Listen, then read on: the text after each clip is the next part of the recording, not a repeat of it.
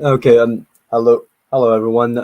Yeah, today I just got back from uni, and like today we're gonna pretty much respond to a guy that you might remember. Like his name is Free, and I actually debated him, and like we both did a back and forth response to each other. Like I'm still waiting for his response, which fair enough, takes time.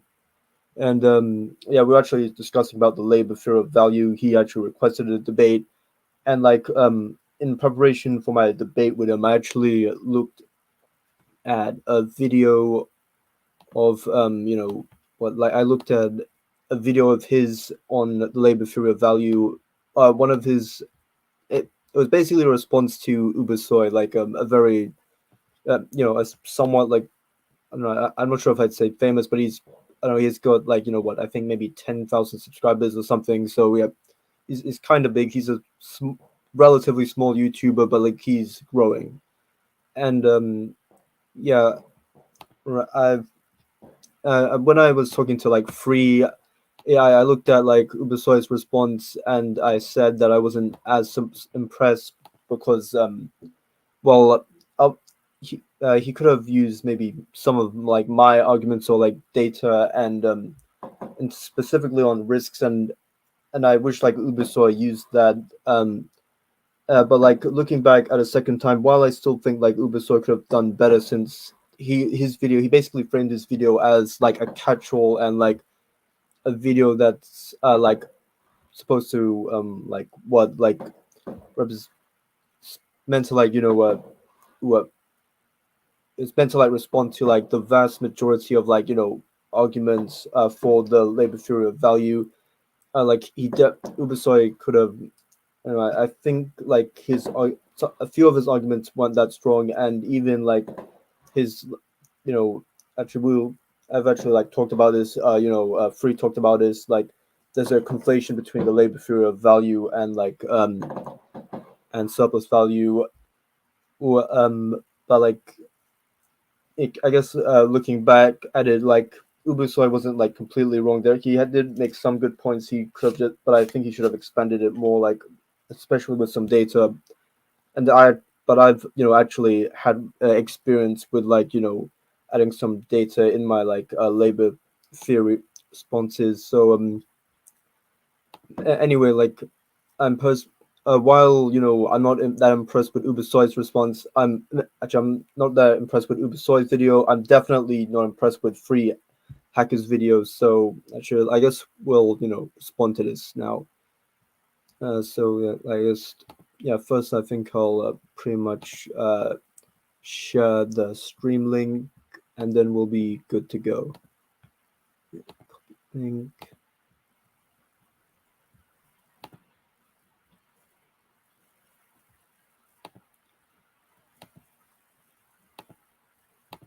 Okay, yeah, just give me a minute. Apparently, Prex Ben just tweeted that Joseph Stalin did something to a 13-year-old girl, which I'm not sure is approved by like the terms of service. Darn you, censorship. Okay,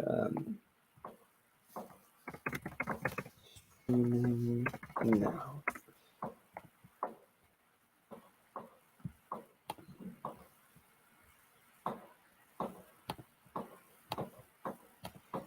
Okay, just hang in there for a few more seconds. Just sharing the link. Okay, well, well, no one's like watching right now, so. But let me just share.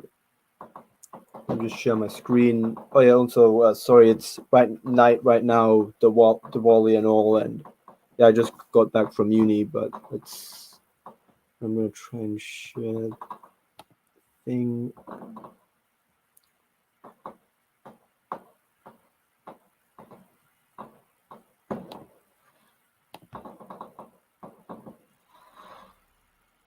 Yeah, percent share screen.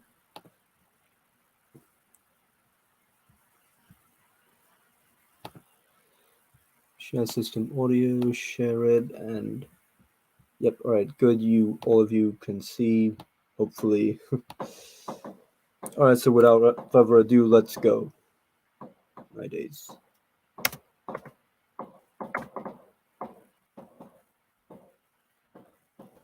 Again, sorry for the Wally. Oh yeah, also he basically he made a like a bit of a mistake. What was it?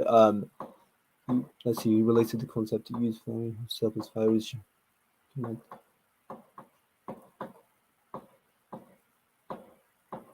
Okay, so he basically conflates use value, which was defined by Marx, with like prices set by capitalists. Use value is how useful a product is, and like I guess his argument is that like prices aren't like necessarily like correlated with use value, but like I guess it's a relevant point. I don't even I don't really like care that much for like Marx's like point on use values, since I don't know, I feel like it debunks his own like ideas on surplus value. But anyway, let's without ado, let's go.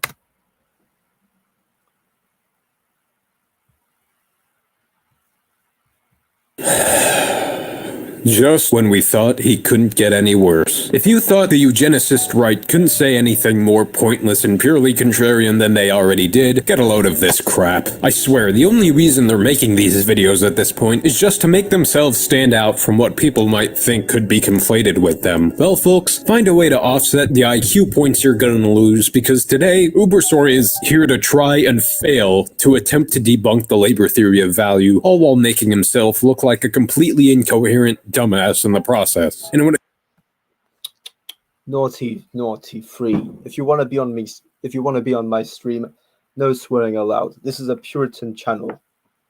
No free speech. it comes to practice, Ubersoy's absurd logic doesn't bode well because he debated Marxist economist Victor Marinho, and Oh yeah, like he will be a little bit important like later on. Like, and I plan on doing a bit more of a deeper dive on like him, well, more like researching like him, since he's pretty big on like labor theory of value. I'll probably look at his like his debate with Ubersoy at one point, but yeah, in this video, there's a reason I'm bringing it up, and it's kind of like Free's fault, like, but and anyway, you'll see what I mean.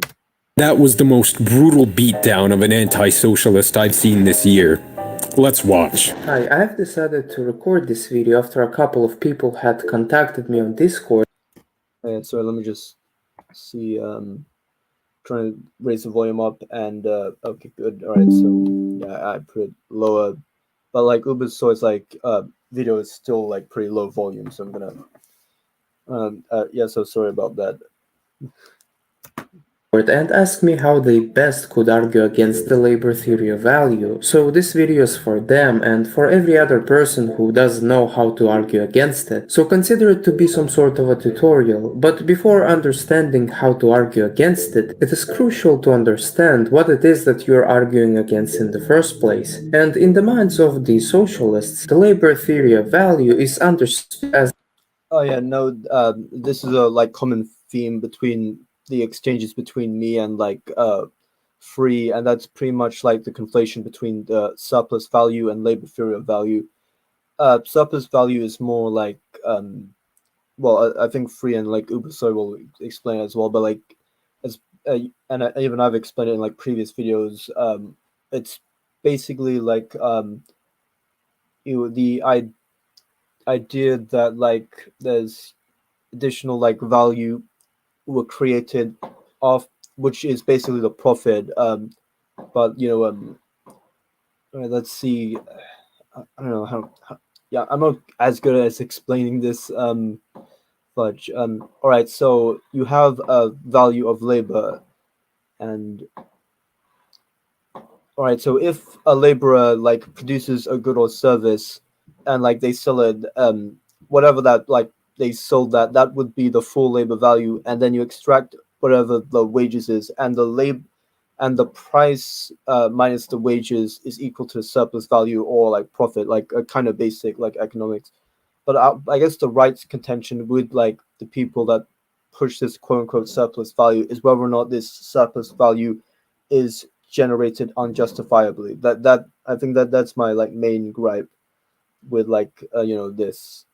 And I actually like Freeze even like complained to me like like he responded to like in to me in the comments in one of my like video in my like video responding to him, and I think I said like there's no response surplus value, which maybe I shouldn't have said, but and then he asked like obviously surplus value is generated, what is profit, what is like rent, which I don't know, I guess I have a response for, but like yeah, you'll see it during this live stream.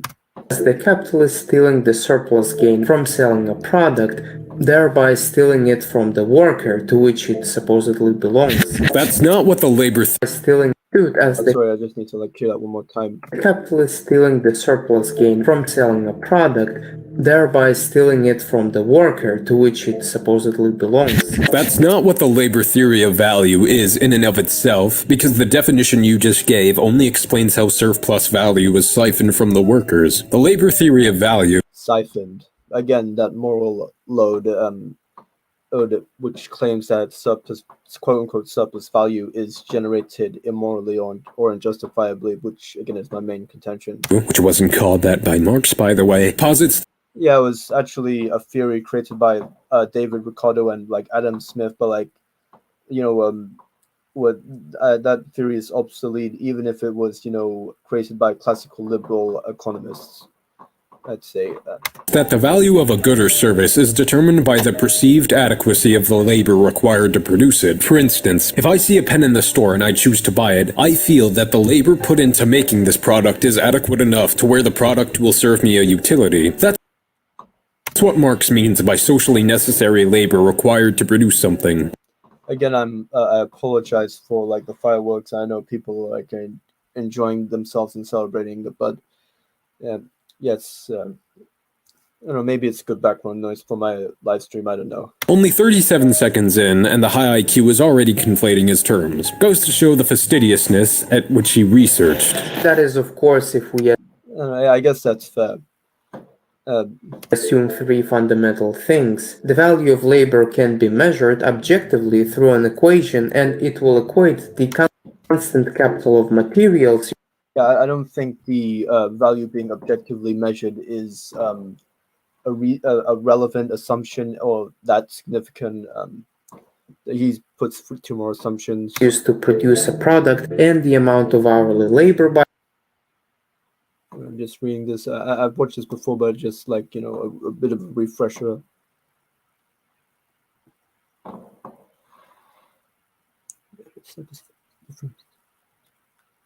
By the worker to the final price of use a product and the amount of hourly labor by the worker to the final price of the product. In other words, if the wage of the worker equals to $20 and the price of materials and other expenses is equal to $10 and the capitalist had sold the final product for $40, the worker is owed an extra $10 while the contribution of the capitalist is simply ignored. Yeah, $10 in surplus value as considered by like certain lefties, or like $10 in profit as considered by normal economists. There are multiple things wrong with this refutation, with the first being the irrelevancy of whether value is quote-unquote objective or not, whatever the hell that means. Marx consistently argued that value was determined subjectively. Second, this isn't a very pluralistic...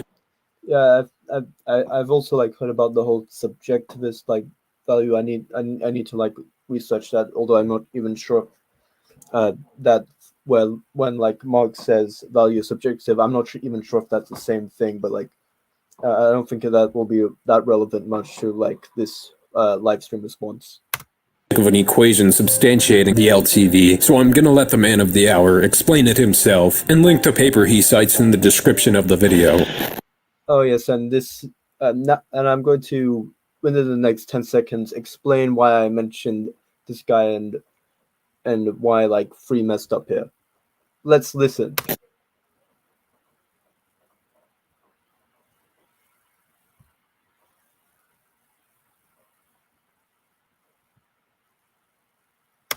Okay, I'm a little confused. It must be my audio. Oh no, wait. It's this.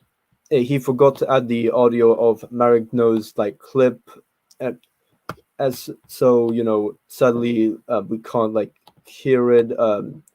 But luckily I actually, luckily, like Free managed to link his, Maragno's video, and and Maragno's video is pretty much a response to like Forge on the labor theory of value. That's a whole other like thing.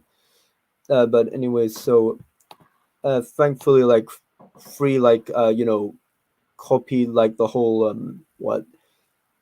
he copied the transcript, and the transcripts on like what YouTube, when you look at it on your phone, it gives you the timestamps, and luckily it's given me the timestamps at 6:36. So I'll let Mr. Mariko True, as we've seen. you It that way. Respond that An argument to value. So in line with what we have heard before, Bosch here claims that this is actually a philosophical theory. And this is untrue, as we've seen. The labor theory of value tries to explain... Okay, I'll just speed this up a bit, because I personally think like this is not that relevant, and it's more like pretty sure it's what, I don't know, why am I messing up my words? It's a repetition of like what Free said.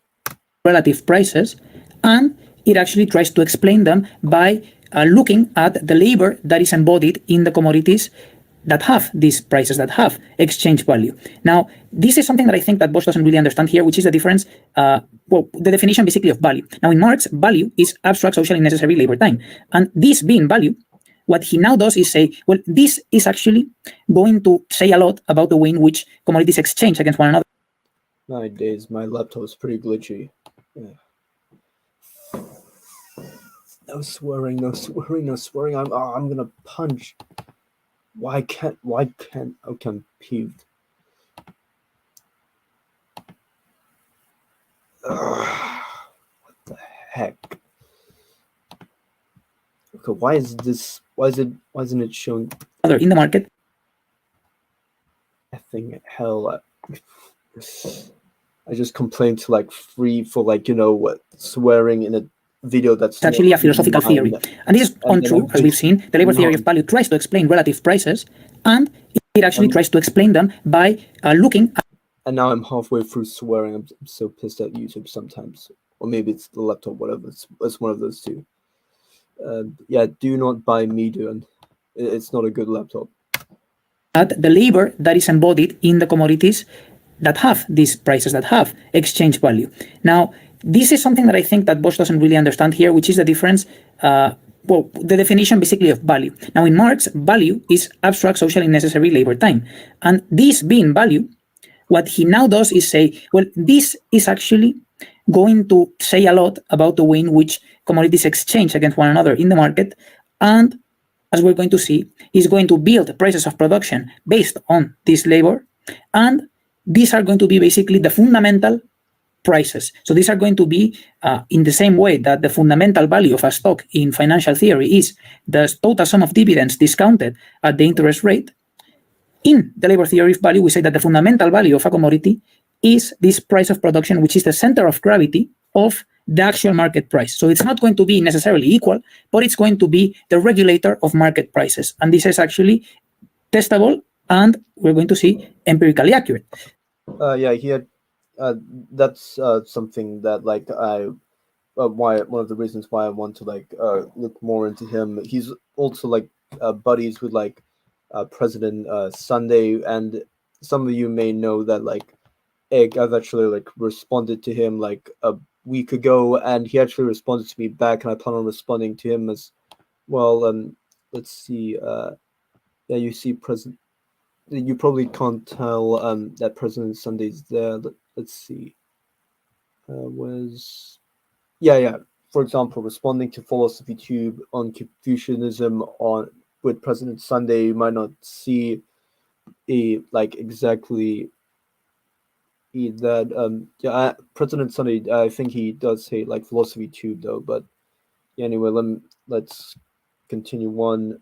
So he then says, in demonstrating that he doesn't actually understand what value is, and that he doesn't really understand the relationship, the quantitative relationship between exchange value and value, he's going to say that he's going to give us this example of a painter that produces a painting or a piece of art, and no one wants to buy it because no one finds any use in it. But he claims that the labor theory of value says that even though no one wants it, that there's still the case to be made that there is some value in it because of the labor that went into its production. And this is far from the truth. So Marx makes it very clear in the first page of Das Kapital, in the first chapter and in the first page, that commodities are useful objects. And thus, because they're useful objects, people want to purchase them. If someone doesn't want to purchase an object, that object cannot be a commodity, because a commodity is a use value that has an exchange value. If an object is not a use value, no one wants to buy it, it cannot have exchange value, and it's therefore not a commodity. So yeah, I think that's the end of the transcript. I think, let me just check.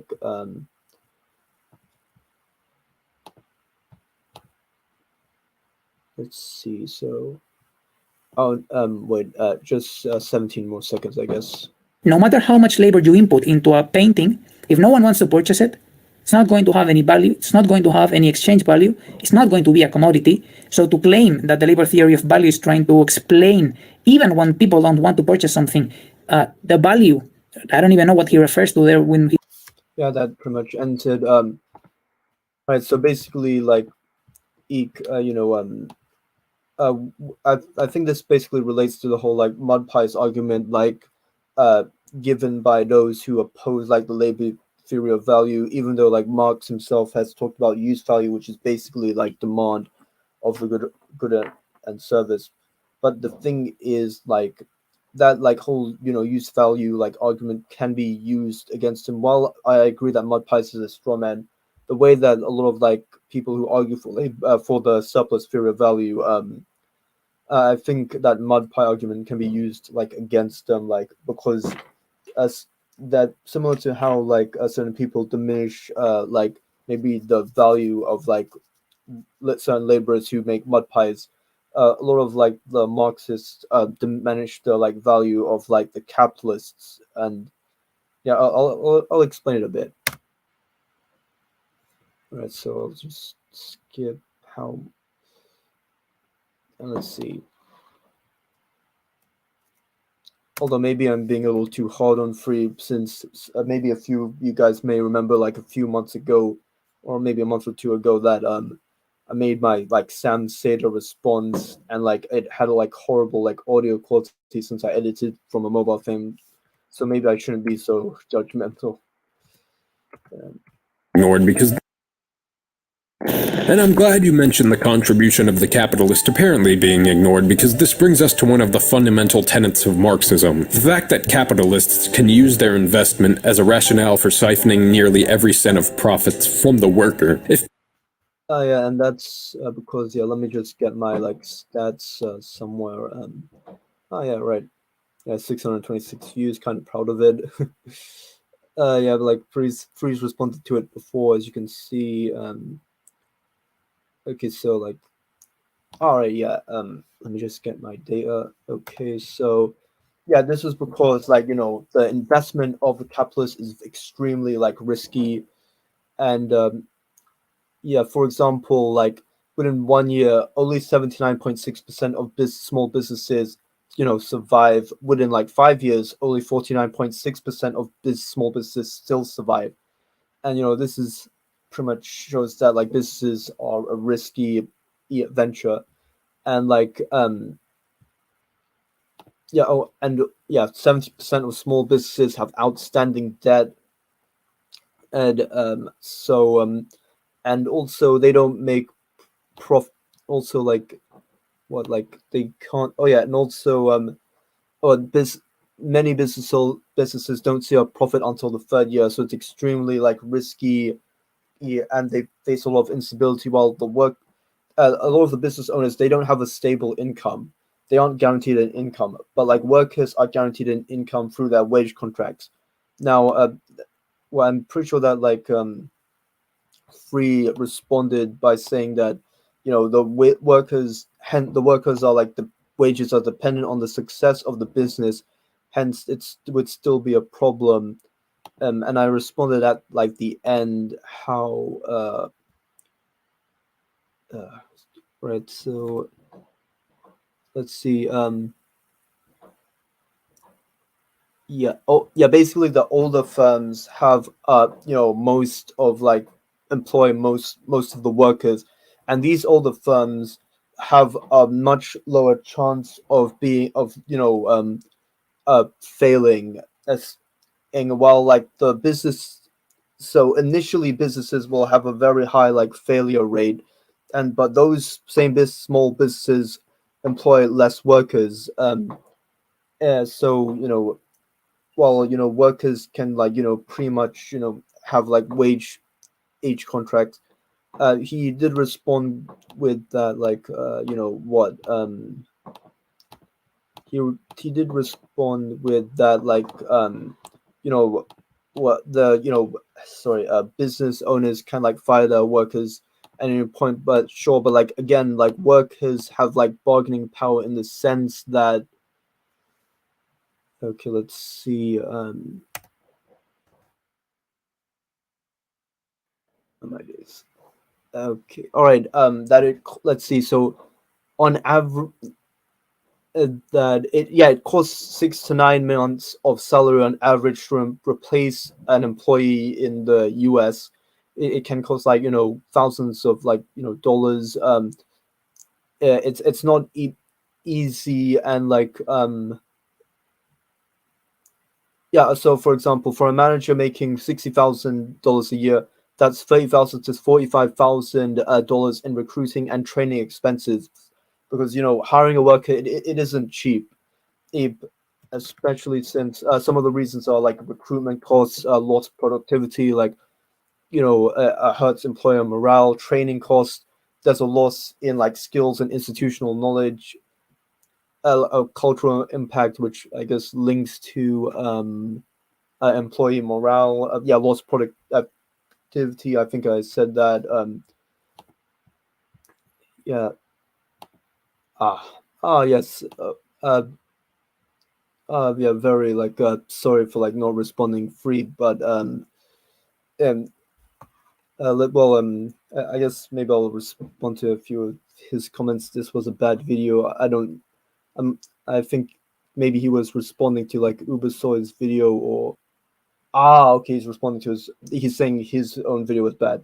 My understanding of the theory wasn't fully flushed out, so I did conflate a few things. I guess that's kind of a fine, since Ubersoy, conflated like labor theory of value and surplus value.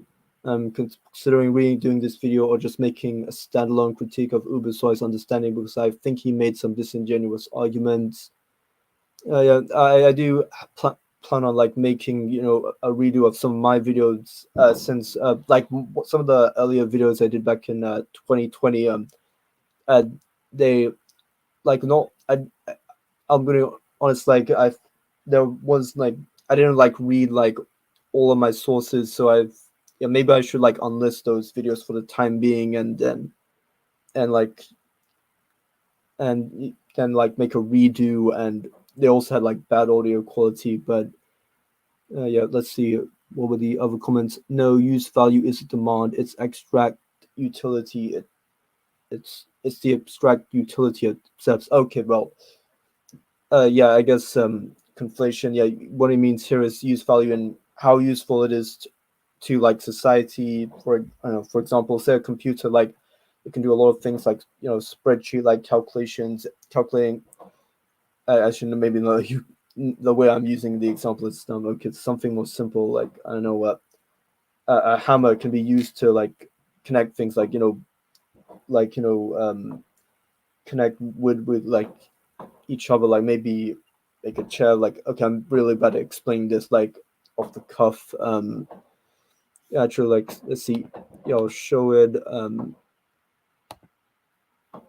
Yeah. So let's see. Yeah, use values demand.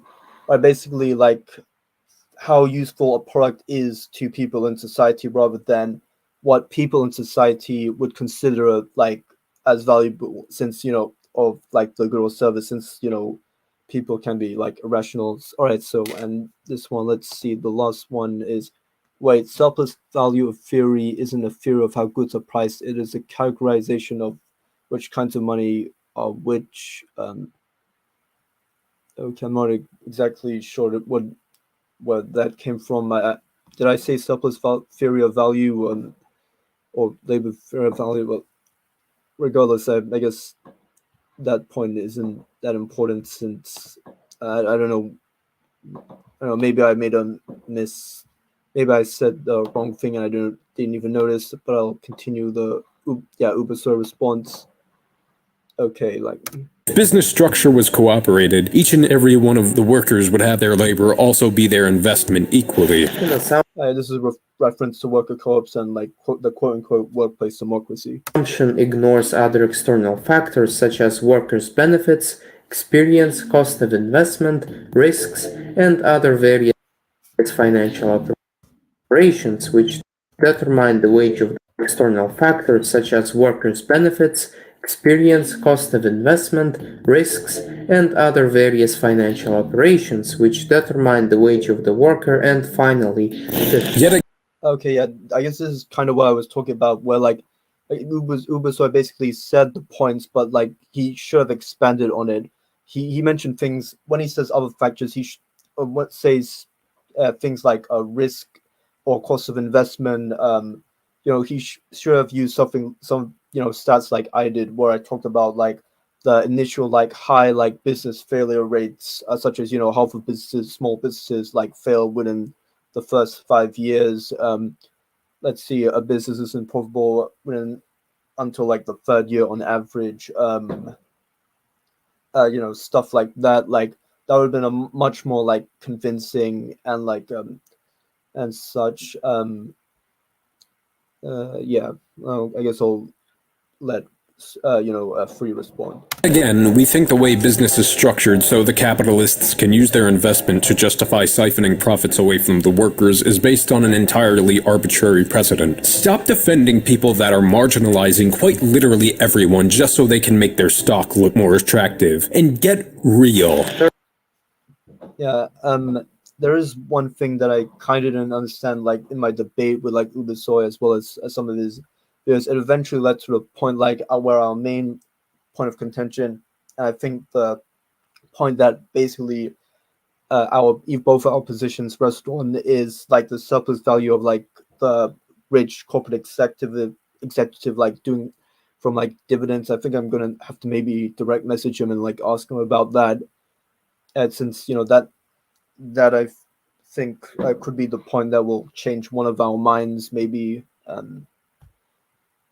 But again, I guess I've said it like before, like workers don't, a worker like actually even if the business fails, like the worker didn't pay debt into like the business being sustained, but the employer did, and in a worker co-op like.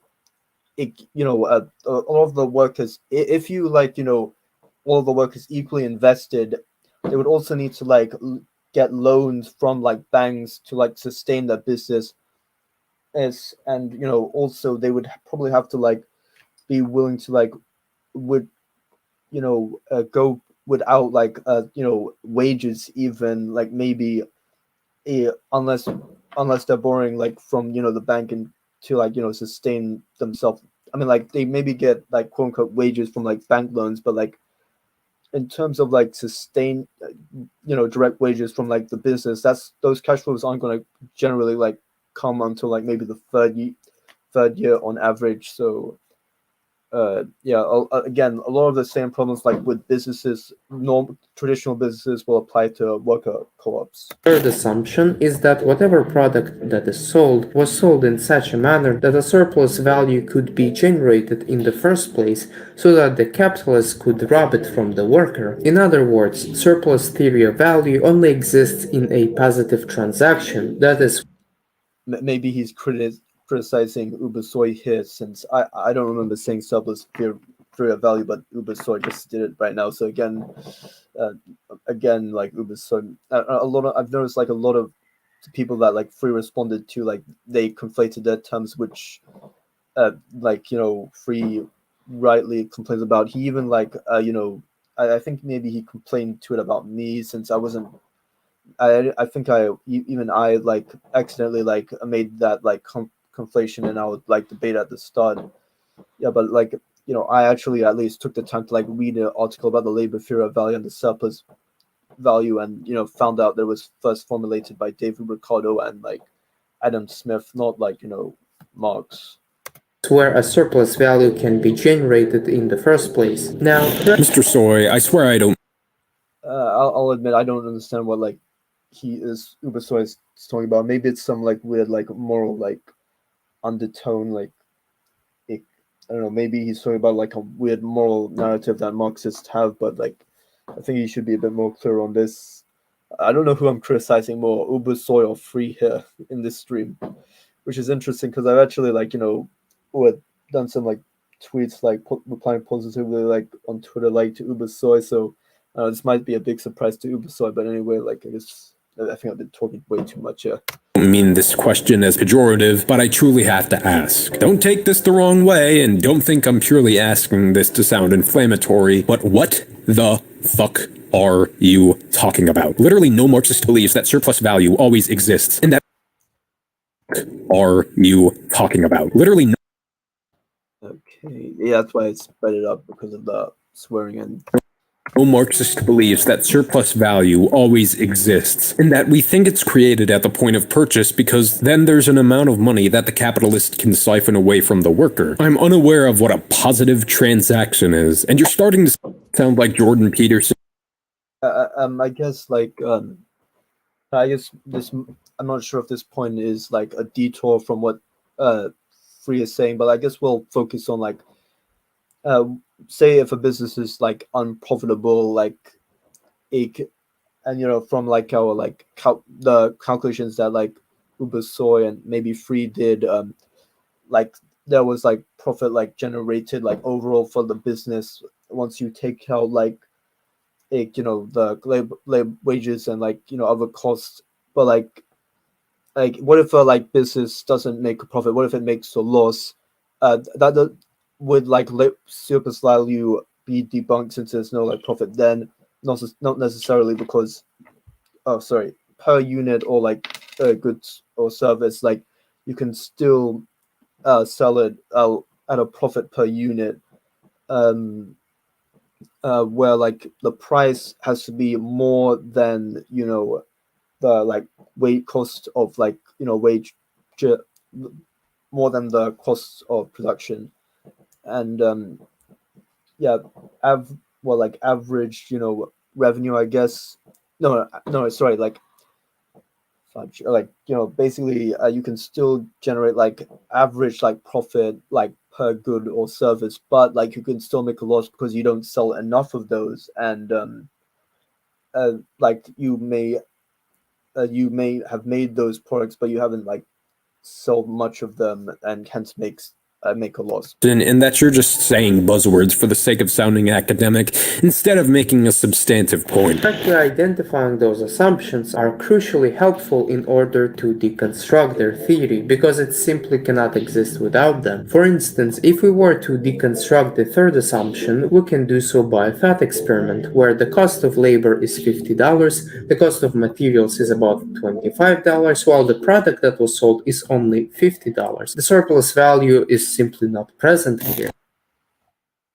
Yeah, well, I did like talk about how per good or service the surplus value is still there.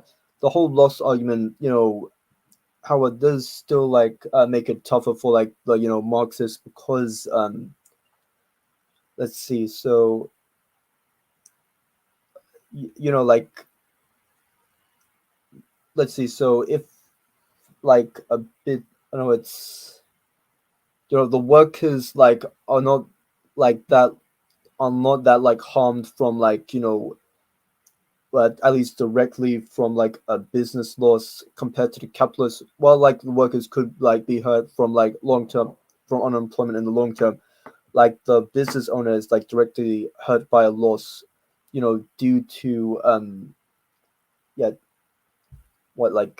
due to not having a like wages or like profit to sustain himself, and is required to like be reliant on like generally like bank loans or like investment from like capital investment from other investors, maybe whatever like the cash flows is. Basically cash flow is not generated from like directly from your primary business or like the business that in this example, which can be pretty risky. The that was sold is only. Actually, I'm gonna like maybe check if we spent any more. Okay, yeah, he hasn't like said anything else. Okay, no one's watching anymore. Lovely.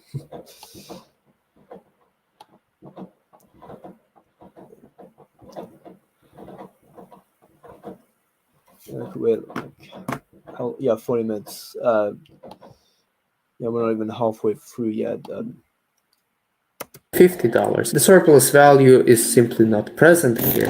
Wow. I always knew Ubersoy went down a dialogue tree of the most commonly used libertarian talking points against Marx. Well, Ubersoy is not libertarian, as you can see at the end of the video, but anyway. But I didn't think his arguments could be this dumb. In this instance, assuming the price at which the product by the way, Ubersoy isn't economically libertarian, by the way, but is purchased is $50. Commonly used libertarian talking points against Marx, but I didn't think his arguments could be this dumb. In this instance, assuming the price at which the product is purchased is $50, the capitalist has set the cost of labor so high to the point where they're losing $25 each purchase and they're not producing surplus value. Are you of the belief that surplus value is produced in every instance of labor? Because in that case, you're in La La Land. Marx never said anything so inane. You need to assume that the well, I already like said stuff that was like responding like to that point, so I guess it doesn't matter. transaction will be positive for the capitalist in order for this to work. However, The statement you just made is utterly delusional. Will be to challenge the idea that you can objectively measure how much money a worker is owed by the capitalist. You're saying words that don't mean anything. The price Is this what I sound like when I try to like be angry and like record it in my video recordings? Because I don't know. I guess it's hard to like try and be like funny and like angry without sounding cringe, and I definitely sound pretty cringe when I'm angry. I don't know.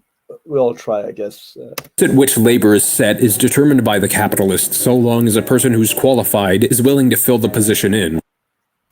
Let's see, footnote. Prices that capitalists set are generally determined by the amount that they're investing to produce the product or service, which goes into the components, tools, machinery, and of course, how much they're paying for the labor. Labor is a major part of what determines. Wait, let me just read some more time.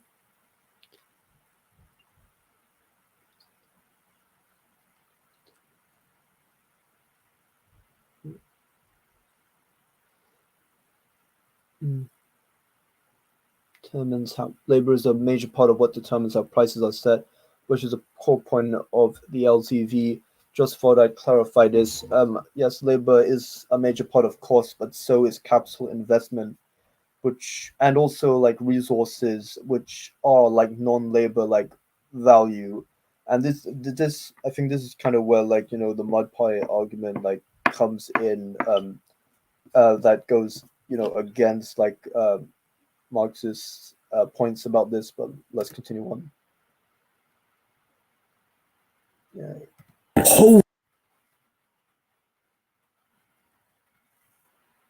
Holy shit, this is the stupidest video arguing against leftism I've seen in months! You can either start by discrediting worker hour wage, as it is a known fact that workers' productivity tends to decline with the amount of hours they work, as well as their quality of work tends to go up and down throughout the day.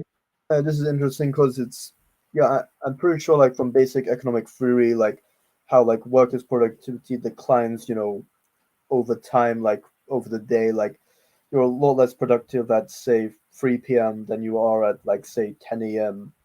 Just because you've been working for so long. What else? But like while I guess this won't like directly debunk like the surplus value, it's pretty much wages like generally, at least for like the day, like you'll pay like the same amount of wages per hour, and almost kind of like regardless of like what you produce. And that's the thing about like stable like wage contracts. It's kind of constant. Like while that it may be a problem in the sense that it'll be harder for you to like increase your wages, it also means it will be harder for to like lower your wages as well. It's I guess that's a bit of a problem with sticky wages, but it also provides stability and like kind of saves you from your like wages being like dependent on like labor productivity. Long term, it will be dependent on your like quality of work, but like in the short run, like you'll basically be paid like maybe the same amount per hour like over the week, even though like your like work would like the quality or productivity of your work will decline over the day. Although I haven't like seen any like concrete like data from this like if of like workers productivity like declining over the day. I think it's a reasonable assumption that to assume like the whole like too many cooks in the kitchen argument is like true, just because humans aren't like robots. They aren't going to be like efficient or that productive, like, but like, yeah, let's for throughout the whole day, at least for the most people, but like let's continue on. Or you can discredit the solutions that your opponent will propose, but in any event, your strongest weapon here is deconstructing their assumptions and appealing to subjectivity of measuring value that typically they would agree with if the conversation were to be about art or music, or even culture. Yes, the same principle applies, although I don't know how I'd be able to purchase culture as a whole. Maybe an empanada, but the same principle of the LTV applies in all purchases. If I feel a product is adequate enough to where it will serve me a utility, I buy it according to the Marxist conception. Okay, I guess oh yeah, exchange value I think would be like the demand, but use value, which is useful to society. Let's be honest, like art might not be that useful, even though if when someone buys it, it might not even be useful for them, but like they think it's useful for them, hence the exchange value. So I don't know, I guess like I think all of us, I think almost everyone like in like this exchange, Ubersoy me like free are like accidentally like mixing up or conflating our terms. It gets kind of annoying. Of how value is conceived.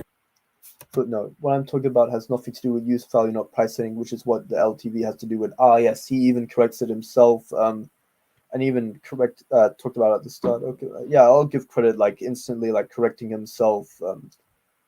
Yeah, I remember like when I like corrected myself over like small like details. For some reason, I'm not doing it as much. I don't know. Maybe it's because I'm not doing as many videos, and I'm not talking about as much like heavily like the different stuff. I used to like post like weekly. Now I'm barely finding the time. Yeah, but anyway. Same is the case with the labor theory of value, as I would argue, and frankly, even if you assume that it is true and take it as it is, you can deductio ad absurdum the shit out of it by bringing an example of a marble statue one person had spent 50 hours making using pre-modern tools and another person using modern technology in just under 1 hour. And now ask yourself this question: does the former person get 50 times as much money as the latter person if we assume, of course, that person who had spent 50 hours making it was not fired and the cost of materials are equal? This is the case the mud pie argument makes part and parcel. It's a fallacious straw man, which essentially boils. Like in terms of like I'm going to be honest. This in terms of like labor time, like I think this is a time where like Ubersoy like pretty much like debunks the whole like labor time and it shows that like labor is not always that important, but capital investment and entrepreneurship, which is basically the decisions created by like the capitalists, which may not like feel like very like strong, and slight decisions, improving the efficiency of the business or how the way like things are produced is in the long term is way more important than like like the effort exerted by like your average worker, because while not to diminish like workers, but like a while it may be hard what they're doing, it's something that like almost everyone can like generally do, like manual like labor or such. But like make the capitalist makes the laborer like more like efficient, like such as investing in capital machinery, and like I think Theo responded by saying like the workers built that capital machinery, but again, like they didn't, the workers, like in terms of like resources like the metal or like electricity used to like create that like kind of machinery, like if you use the mud instead, hence the mud pies argument, that wouldn't create a machine, that wouldn't create a good machine at least. And like the capitalist decides based on both like market demands as well as what makes a product good, what resources are needed to make a decent like product or to be more efficient. And yeah, I guess that's, yeah, I think maybe Ubersoy could have maybe explained his point like maybe a bit. No, he should have expanded it a bit more. But like, I guess I think this is one of Ubersoy's more decent points. The LTV down to effort exerted equals value created. But this is a fundamental misunderstanding of what value is in the Marxist sense, because value is determined by how a purchaser feels about the adequacy of labor. If we're assuming that the capitalist has set the... Okay, like, yeah, I think he said himself that this wasn't a good video, so I think I'll let it slide, the conflation of values. Price, then it doesn't matter how much work has been put into either of them, so long as someone is willing to purchase them. But no, that's what use value has to do with. Value is determined by the labor required to produce a product, since prices will typically increase as the amount of labor increases, so capitalists can offset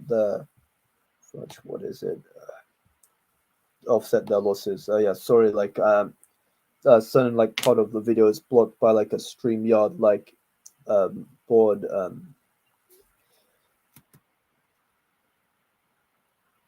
If someone is willing to purchase them, they feel that either 50 hours of labor for one of them and under an hour for another is adequate, to the point where they're paying the price either way, and once either one of the statues is sold, value is produced. For value to be created...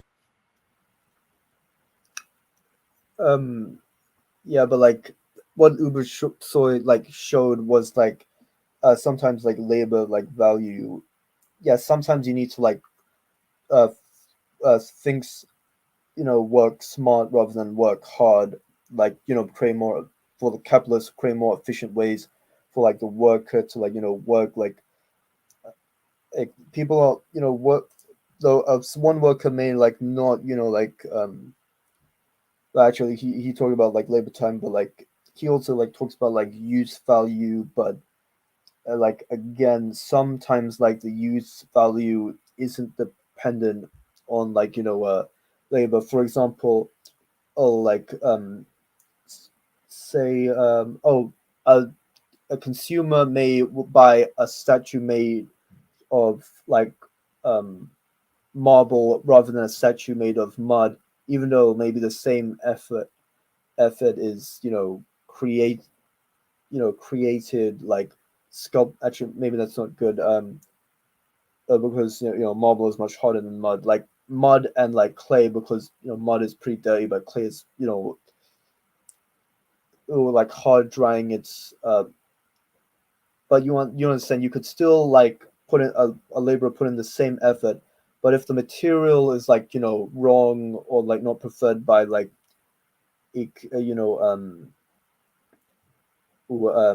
by the consumer, then like it diminishes in like value. And I guess this is like a point. Well, a lot of like the people arguing against labor for a value, that like the capital machinery slash cost of investment like lim shows that basically debunks the fear of labor fear of value. Now I would, while this is an interesting point, like when people like Free say that workers still create the machines, respond with the resources argument, respond with the materials argument, which I talked about, where like pretty much like consumers want also the right material, right resources within that good service. Like people would prefer a house made out of wood rather than a house made out of mud. Like, well, obviously you can use like other examples. Like for some reason I'm not being very like creative, like with like this point, but like I'm using mud to explain like maybe evolving the so-called like mud pies argument, since sometimes it can be like a straw man. Created in the Marxist sense, a purchaser has to see utility in the product or service. Just let this intelligent Marxist lass explain it. Has a capitalist ever told you, labor isn't a source of value because I can spend all day making mud pies, yet at the end of the day, no one would find them to be valuable? I think this will be a guy that I may respond to, like, just, for fun, like, maybe I'll label it as mud pie, a straw man, I don't know. This argument reduces Marx's labor theory of value to effort exerted is value created. You see, the mud pie argument is a straw man. Anyone that uses it is either acting in ignorance or deception, as Marx covers this topic 7 pages into volume. Oh, that is true, like, that Marx talks about, like, use value, like, pretty early on in Capital. By the way, I still need to, like, read Capital. I need to read, like, Adam Smith. I need to read, like, so many, like, things. I've been pretty, like, busy with, like, uni stuff. 1 of Capital. Quote, finally, nothing can be of value without being an object of utility. If the thing is useless, so is the labor contained in it. The labor does not count as labor and therefore creates no value. End quote. Additionally, Marx said, for something to be a commodity, it must be transferred to another person for whom it serves as a use value. Right, additionally, Marx said, for something to be a commodity, it must be transferred to another person for whom it serves as use value through the medium of exchange. Through the medium of exchange. Therefore, mud pies, unless they develop a use value or demand for them arises, would not have an exchange value in the marketplace. The problem is that the vast majority of people who are most critical of Marx have never actually read his work. So we as Marxists are going to have to continue debunking this broken argument for the foreseeable future. As you can see, this equation turns ridiculous if you challenge some of their assumptions or take it as it is and apply their logic to different scenarios. But if that is not enough, you can also appeal to their deepest psyche, which typically revolves around hating the capitalist as a class, and instead you can offer a better alternative to their resentment. Since you're all about tapping into psyches, I could just exploit your hatred for rainbow flags and black people by offering you a better alternative to your resentment. Here it is. Touch grass. Yeah, I know that, like, Ubersoy's been doing, like, videos on race and IQ, which I probably disagree with, but I may, like, look into his, like, videos. But I know that, like, Free made, like, a response to it, so I'll also look into that. Yeah, I think, like, Free also made a response on, like, race and IQ to Scene Lance, so I'll look into that as well. Yeah, although I like it. I think I'll use it as well, and I'll credit, like, maybe my main leftist, like, enemy, like, or opponent. What is it? Frenemy, like, my leftist rival, Free. Just distinguishing between small and giant businesses and perhaps even red pilling them in the process. One funny thing I like to do in particular is saying that capitalists as a class are a phenomenon of a social construction that stopped being relevant last century and instead we should... Yeah, like, definitely in the Western world, I agree that, like, due to, like, how rich many people are, like, let's see, Investopedia, global top 1% in here.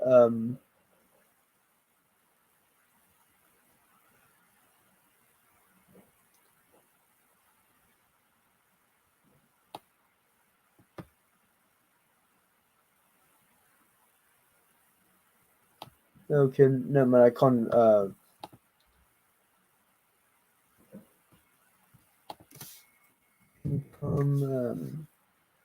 Okay, I can't find this, like, source right now, so I can't make this point. Or it won't be as strong.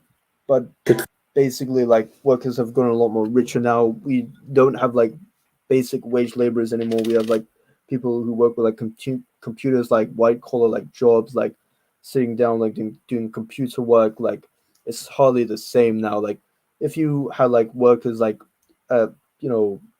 working the butt off, like, 8 hours with, like, it was even longer back then, like, with work accidents, the Marxists had much more of a point, which is why things they had way more support. But now things are way more easier. Like, they also, like, try to, like, have global, like, unity with, like, the working class of poor countries. But, like, our working class here is in the West is basically like middle class in their countries, like, so it's much harder to unite them. And even then, like the working class in much poorer third world countries are starting to like come up. Like it's all pretty like it's kind of great in a way. Yeah, but let's finish off this video.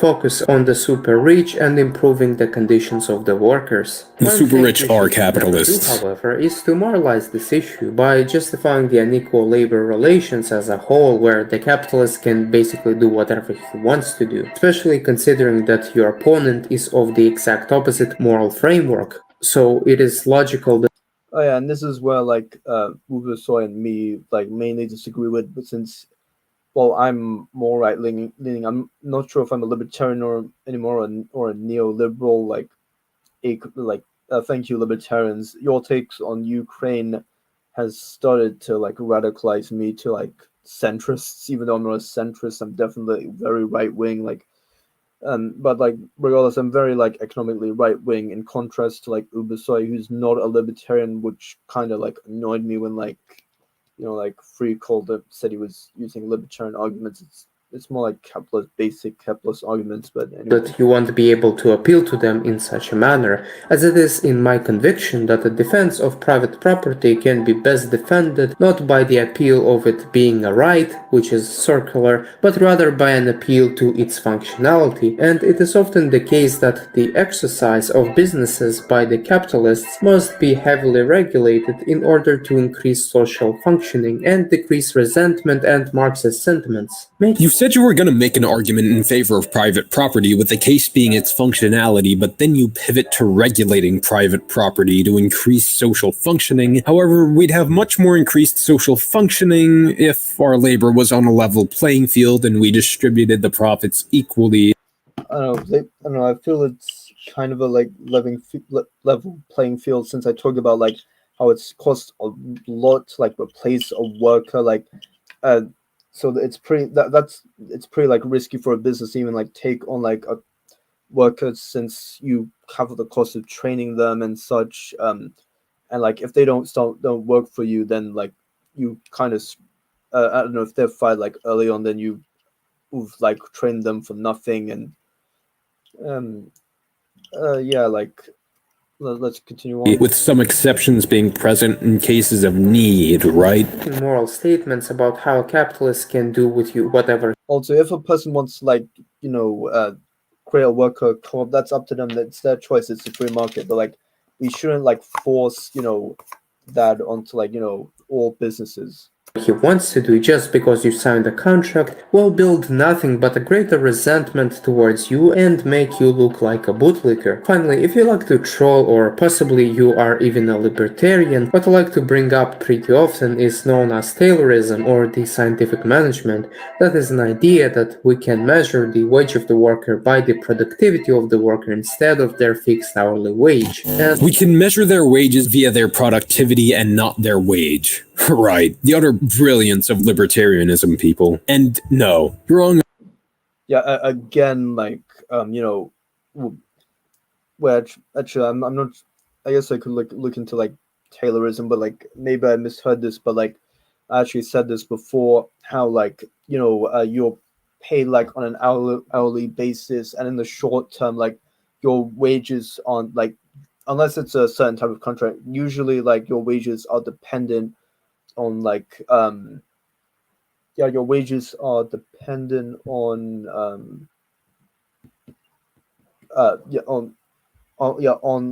depend on how good your productivity is.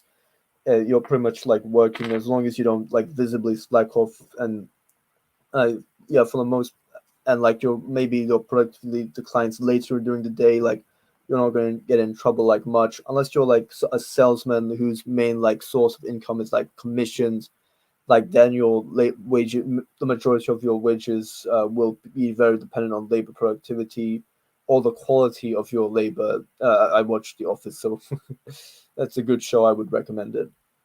about this too, in that Taylorism is a wide variety of attempts to apply principles of engineering to productive capacity of labor, and it's in no way the LTV from a capitalist perspective. That would be the LTV because it was originally conceived of by Smith and Ricardo to one extent or another. The one libertarian idea I have to give credit to. That's like saying a human but of the species Homo sapiens. It refers to itself.